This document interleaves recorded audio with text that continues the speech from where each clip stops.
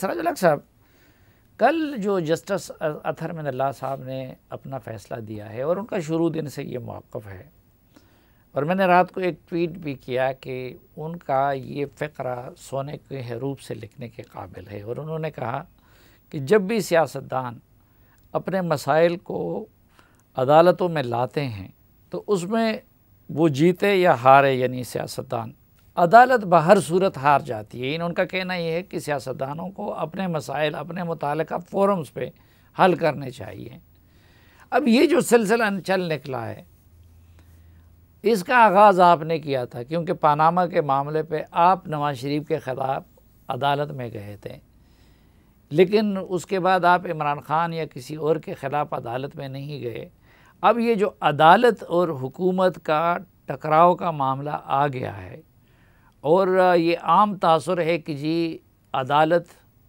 ایک پہ مہربان اور دوسرے فریق پہ برہم ہے، تو اس بحران کا حل کیا ہو سکتا ہے اور آپ اس میں کیا کردار ادا کر رہے ہیں؟ دیکھیے، ہم تو چاہتے ہیں کہ اسٹیبلشمنٹ، عدلیہ اور الیکشن کمیشن غیر جانبدار ہو،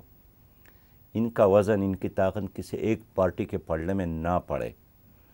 اور آرمی چیف ہو یا چیف جسٹس ہو یا الیکشن کمشنر ہو، ان کی تنخواہ نہ پی ٹی آئی دیتی ہے، نہ مسلم لیگ، نہ پیپل پارٹی، نہ کوئی اور قوم دیتی ہے۔ غریب آدمی کی جیب سے جو ٹیکس حکومت نکالتی ہے اسی سے ان کو تنخواہ اور مراعات ملتے ہیں۔ ان کا اخلاقی آئینی فرض ہے کہ بالکل غیر جانبدار ہے، کسی ایک طرف نہ جھکے۔ ایک یہ دوسری بات یہ کہ اس بار جو عدلیہ میں یہ کیس گیا ہے، تو یہ تو خود سپریم کورٹ کی چیف جسٹس نے سوموٹو ایکشن لیا ہے، یعنی لوگ تو نہیں گئے، انہوں نے خود نوٹس لے کر، لیکن 4 ججز کہتے کہ انہوں نے ٹھیک نہیں کیا۔ میری بات سنیں، یعنی خود انہوں نے گیند کو اپنے کورٹ کے جیب میں ڈالا، اپنے آپ کو آزمائش میں ڈالا۔ اور صحیح بات یہ ہے کہ یا تو اس مسئلے میں چیف جسٹس انصاف کرتے ہیں، جیسے یہ مسئلہ آیا، جماعت اسلامی کا پہلے دن سے یہ موقف تھا کہ اس کا مسئلہ یہ نہیں ہے کہ 2 سنے، 4 سنے، 9 سنے، بلکہ فل کورٹ بلائے جائے، اس پر پوری قوم کا اعتماد ہوگا۔ اس لیے کہ اب ججز کے بارے میں بالکل یہ بات عام آدمی کہتا ہے کہ ان کا جھکاؤ فلاں پارٹی کی طرف ہے، ان کا جھکاؤ فلاں پارٹی کی طرف ہے، تو یہ بہت بری بات ہے کہ جب میرا جج زندہ باد اور آپ کا جج مردہ باد کے نعرے لوگوں نے شروع کیے ہیں۔ اب جب چیف جسٹس نے 9 کا بینچ بنایا اور وہ کم ہوتے ہوتے 3 پر رہ گئے، پھر بھی ان کی اخلاقی ذمہ داری تھی کہ وہ فل کورٹ جس طرح کے مطالبہ ہے، اور یہ صرف پی ڈی ایم کا مطالبہ نہیں ہے، یہ تمام جمہوریت پسند لوگوں کا مطالبہ تھا کہ اپنے آپ کو متنازع نہ بنا لے، فریق نہ بنا لے، اور یہ کوئی پراپرٹی کا مسئلہ نہیں ہے یا کسی 2 آدمیوں کا مسئلہ نہیں ہے، یہ تو 23 کروڑ عوام کی قسمت کے ساتھ آپ کھیل رہے ہیں۔ اس لیے اس پر تمام ججز کا مشترکہ پینل آپ بٹھا لے، وہ جو فیصلہ کرے وہ قوم کو یعنی جماعت قبول اسلامی ہوگی۔ بھی اس معاملے میں چیف جسٹس اور وہ 2 ججز کی بجائے ان 4 آزاد ججز کی رائے کو درست سمجھتی ہے؟ میں سمجھتا ہوں کہ یہ تو اطہر من اللہ کے اس کل والی سٹیٹمنٹ کے بعد تو ان کی اخلاقی پوزیشن خاصا کمزور ہو گئی اور بہت سارے سوالات اب اٹھ گئے۔ ہمارا شروع سے یہ موقف تھا کہ یہ مسئلہ نہ عدالت حل کر سکتی ہے، یہ مسئلہ سیاستدان خود ہی حل کرے، اور میں بڑے اختصار کے ساتھ بات کروں گا کہ کل بھی آج بھی ہمارا موقف یہی ہے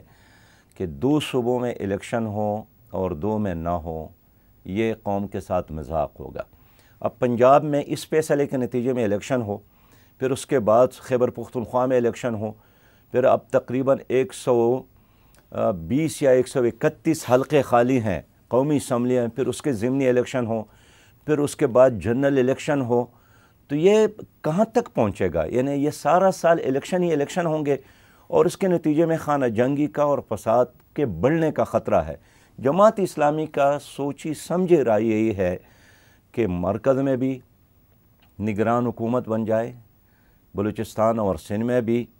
اور ایک نظام کے تحت 4 صوبوں میں اور مرکز میں ایک الیکشن ہو۔ اس کے لیے پی ڈی ایم کو بھی قربانی دینی چاہیے، اور اس کے لیے پی ٹی آئی کو بھی اپنے موقف سے قدم پیچھے ہٹنا ہوگا۔ لیکن اب جو قضیہ بن گیا ہے اس کے نتیجے میں حکومت، پیپلز پارٹی، ANP، مولانا، یہ سب کہتے ہیں، اور جس طرح جسٹس اطہر من اللہ صاحب کے فیصلے کا آپ نے حوالہ دیا، وہ کہتے ہیں کہ جی چیف جسٹس صاحب اب اخلاقی جواز کھو چکے ہیں، وہ مستعفی ہو جائے۔ جماعت اسلامی بھی اس مطالبے میں ان کی ہمنوا ہے، یا آپ سمجھتے ہیں کہ نہیں صرف فل کوڈ بنایا جائے؟ میں سمجھتا ہوں کہ دیکھیے اس طرح سلسلہ اگر چل پڑا اس کا کوئی نتیجہ نہیں نکلے گا، اس لیے اب دو ہی حل ہے۔ پہلا حل ہمارے نظر میں یہی ہے کہ اب بھی تمام جو سٹیک ہولڈرز ہے قومی اسمبلی میں موجود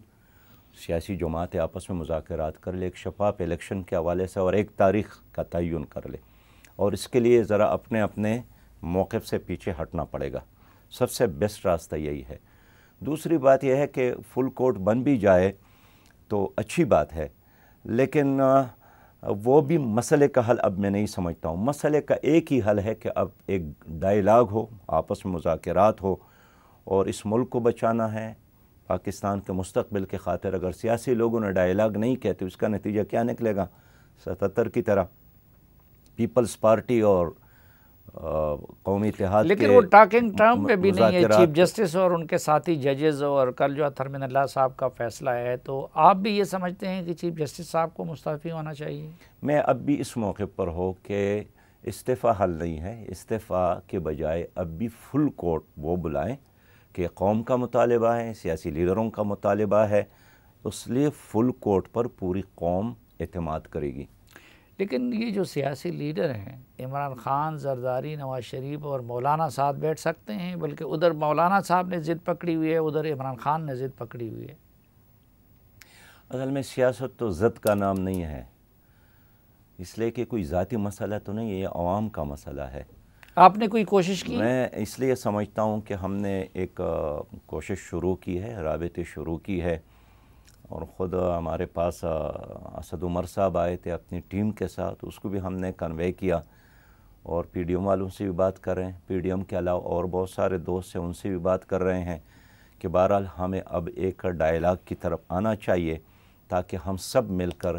ایک نظام اور ایک تاریخ پر متفق ہو جائے۔ ظاہر ہے جب ہم اس طرف کنسنسس کی طرف آئیں گے تو پھر پی ڈی ایم کو بھی کچھ قربانی دینا پڑے گا اور پی ٹی آئی کو بھی کچھ قربانی دینا پڑے گا۔